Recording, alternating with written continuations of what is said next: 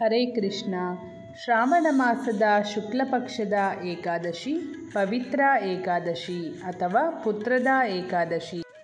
ಹಿಂದೆ ದ್ವಾಪರ ಯುಗದಲ್ಲಿ ಮಹಿಷಿ ನಗರವನ್ನು ಮಹೀಜಿತ್ ಎಂಬ ಮಹಾರಾಜ ಆಳುತ್ತಿದ್ದನು. ಅವನಿಗೆ ಐಶ್ವರ್ಯ, ಅಧಿಕಾರ, ಅಂತಸ್ತು, ಸುಖ, ಶೌರ್ಯ, ಸೌಭಾಗ್ಯ, ಆರೋಗ್ಯ ಎಲ್ಲ ಇದ್ದರೂ ಮಕ್ಕಳಿರಲಿಲ್ಲ. ವಿವಿಧ ಪೂಜೆ, ಹೋಮ, ವ್ರತಗಳನ್ನು ಮಾಡಿದರೂ ಸಹ ಅವನಿಗೆ ಸಂತಾನವಾಗದೆ ಪರಿತಪಿಸುತ್ತಾ ಬಹಳ ಕಾಲ ಕಳೆದನು. ಯೋಚನೆಯಿಂದಲೇ ನಿಶಕ್ತನಾದನು. ರಾಜನಿಗೆ ಅರ್ಧ ಆಯುಷ್ಯ ಕಳೆದರೂ ಸಂತಾನವಾಗಲಿಲ್ಲ. ಮುಪ್ಪು ಆವರಿಸಲಾರಂಭಿಸಿತ್ತು. ಕೊನೆಗೆ ರಾಜ ಯೋಚನಾಕ್ರಾಂತನಾಗಿ ಬಹಳ ಜಿಗುಪ್ಸೆಗೊಂಡು ಒಂದು ದಿನ ತನ್ನ ಸಭಾಭವನದಲ್ಲಿ ತನ್ನ ಸಂತಾನ ಚಿಂತೆಯನ್ನು ಹೇಳಿ ಅದಕ್ಕೆ ಸೂಕ್ತ ಪರಿಹಾರ ಏನು ಮಾಡಬಹುದೆಂದು ಯೋಚಿಸಿ ಹೇಳಿರಿ ಎಂದು ಕೇಳಿಕೊಂಡನು. ರಾಜನ ಆಸ್ಥಾನದಲ್ಲಿ ಕುಳಿತ ಸಭಾ ಸದಸ್ಯರು ಬಹಳ ಯೋಚಿಸಿದರು. ಅನೇಕ ಗ್ರಂಥಗಳನ್ನು ಅವಲೋಕಿಸಿ ನೋಡಿದರು. ಕೆಲವು ದೇಶ ವಿದೇಶಗಳ ಅನೇಕ ಮಹಾಪಂಡಿತ ಋಷಿಮುನಿಗಳ ಅಭಿಪ್ರಾಯ ಪಡೆದರು. ಯಾವುದೂ ಸೂಕ್ತ ಎನಿಸಲಿಲ್ಲ. ಕೊನೆಗೆ ಕಾಡು ಮೇಡು ಅಲೆಯುತ್ತಾ ಆಶ್ರಮಗಳ ಋಷಿಮುನಿಗಳನ್ನು ಹುಡುಕುತ್ತಾ ಅಲೆಯುತ್ತಿರುವಾಗ ಒಂದು ಗೋಂಡಾರಣ್ಯದಲ್ಲಿ ಘೋರ ತಪಸ್ಸು ಮಾಡುತ್ತಿರುವ ಮುನಿ ಮಾರ್ತಾಂಡರಾದ ಲೋಮಶರು ಕೆಲವು ಪಂಡಿತರಿಗೆ ಕಾಣಿಸಿಕೊಂಡರು. ಆ ಮಹಾಮುನಿಯು ಧರ್ಮದ ಸೂಕ್ಷ್ಮಾನುಸೂಕ್ಷ್ಮ ತಿಳಿದವರು, ಅತೀ ದೀರ್ಘ ಆಯುಷ್ಯವುಳ್ಳವರು. ಅವರ ಮೈತುಂಬ ಕೂದಲು ಪೊದೆಯಂತೆ ಬೆಳೆದಿತ್ತು. ಆದ್ದರಿಂದ ಅವರು ಲೋಮಶರೆಂದು ಹೆಸರು ಪಡೆದರು. ಅವರ ಕೂದಲು ಒಂದೊಂದು ಕಲ್ಪವರ್ಷಗಳಿಗೆ ಒಂದೊಂದೇ ಉದುರುತ್ತದೆ. 172.8 ಲಕ್ಷ ವರ್ಷಗಳಿಗೆ ಒಂದು ಕಲ್ಪ. ಈ ರೀತಿ ಅವರ ಮೈಯಲ್ಲಿ ಎಲ್ಲ ಕೂದಲು ಉದುರುವವರೆಗೆ ಅವರು ಬದುಕಿರುತ್ತಾರೆ. ಹೀಗೆ ಅವರು ಅನಂತ ದೀರ್ಘಾಯುಷ್ಯ ಹೊಂದಿ ದೀರ್ಘ ತಪಸ್ಸಿನಲ್ಲಿ ನಿರತರಾಗಿರುತ್ತಾರೆ. ಇವರಿಗೆ ಆ ದೇಶದ ವಿದ್ವಾಂಸರು ಭಕ್ತಿಯಿಂದ ತಲೆ ತಗ್ಗಿಸಿ ನಮಸ್ಕರಿಸಿ ನಾನಾ ವಿಧದಲ್ಲಿ ಭಕ್ತಿಯಿಂದ ಹೊಗಳಿ ಲೋಮಶ ಮುನಿಗೆ ತಮ್ಮ ರಾಜನಿಗೆ ಸಂತಾನವಾಗದಿರುವ ಬಗೆ ಮತ್ತು ಸಂತಾನದಲ್ಲಿ ಪುತ್ರನನ್ನು ಪಡೆಯಲು ಪರಿಹಾರಗಳನ್ನು ಕೇಳಿದರು. ಆ ಮುನಿಯು ಸ್ವಲ್ಪ ಕಾಲ ಕಣ್ಣು ಮುಚ್ಚಿ ಧ್ಯಾನದಲ್ಲಿ ನಿರತರಾದರು. ನಂತರ ಪ್ರಶಾಂತವಾಗಿ ಕಣ್ಣು ತೆರೆದು, ನಿಮ್ಮ ರಾಜ ಹಿಂದೆ ಒಂದು ವೈಶ್ಯನಾಗಿ ಜನಿಸಿದ್ದನು. ಆಗ ವ್ಯಾಪಾರದಲ್ಲಿ ಜನರನ್ನು ಶೋಷಿಸುತ್ತಿದ್ದನು. ಊರು ನಗರಗಳನ್ನು ಸುತ್ತಿ ಜನರನ್ನು ವಂಚಿಸುತ್ತಿದ್ದನು.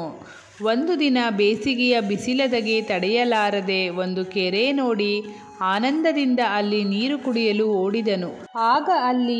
ಆಗ ತಾನೇ ಕರು ಹಾಕಿದ ಒಂದು ಹಸು ತನ್ನ ಕರುವಿನ ಜೊತೆಯಲ್ಲಿ ನೀರು ಕುಡಿಯುತ್ತಿತ್ತು. ಅದನ್ನು ಕರು ಸಹಿತ ಹೊರಗೆ ಓಡಿಸಿ ತಾನು ತೃಪ್ತಿಯಾಗಿ ನೀರು ಕುಡಿದನು. ನೀರು ಕುಡಿಯುವ ಪ್ರಾಣಿಯನ್ನು ಅರ್ಧಕ್ಕೆ ಹೊರಗೆ ಹಟ್ಟಿದ ಪಾಪದ ಫಲವಾಗಿ ಅವನಿಗೆ ಈ ಜನ್ಮದಲ್ಲಿ ಸಂತಾನ ಆಗಲಿಲ್ಲ.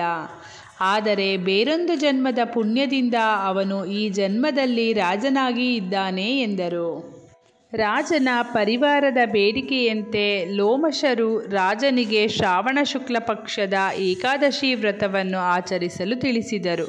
ಅದರಂತೆ ರಾಜನು ಈ ಶ್ರಾವಣ ಶುಕ್ಲ ಪಕ್ಷದ ಏಕಾದಶಿ ವ್ರತ ಆಚರಿಸಿ, ಅದರಂತೆ ರಾಜನ ಪರಿವಾರದವರೂ ಸಹ ಈ ವ್ರತ ಆಚರಿಸಿ ಅದನ್ನು ರಾಜದಂಪತಿಗಳಿಗೆ ಸಂಕಲ್ಪ ಮಾಡಿ ಆ ವ್ರತದ ಪುಣ್ಯವನ್ನು ಧಾರೆ ಎರೆದರು. ಇದರ ಪುಣ್ಯದಿಂದ ಕೆಲವು ತಿಂಗಳಿನಲ್ಲಿ ರಾಜನ ಪತ್ನಿಯು ಒಂದು ಗಂಡು ಮಗುವಿಗೆ ಸಂತಾನ ನೀಡಿದಳು.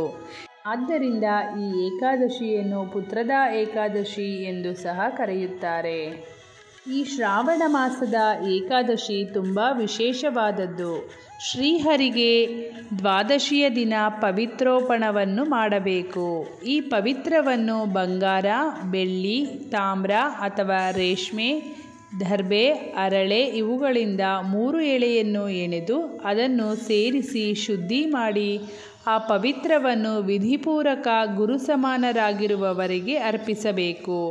ಆ ಗುರುಗಳು ಅತೋ ದೇವ ಅವಂತುನಃ ಎಂಬ ಮಂತ್ರ ಹೇಳುತ್ತಾ ಶ್ರೀಹರಿಗೆ ಅರ್ಪಿಸಬೇಕು. ಈ ಶ್ರಾವಣ ಶುಕ್ಲ ದ್ವಾದಶಿಯ ದಿನ ಭಗವಂತನಿಗೆ ಈ ಪವಿತ್ರವನ್ನು ಅರ್ಪಿಸಬೇಕು. ಈ ಪುತ್ರದ ಏಕಾದಶಿ ವ್ರತವನ್ನು ಮಾಡುವವರು ಮತ್ತು ಕೇಳುವವರು ಸಕಲ ಪಾಪಗಳಿಂದ ಮುಕ್ತರಾಗುತ್ತಾರೆ. ಇಂತಹ ಪುತ್ರದ ಏಕಾದಶಿಯು ಆಗಸ್ಟ್ 5ರಂದು ಬರುತ್ತಿದೆ. ಅಂದು ಭಗವಂತನ ನಾಮಸ್ಮರಣೆ ಮಾಡುತ್ತಾ ಅಂದು ಪೂರ್ಣ ಉಪವಾಸವಿರಬೇಕು.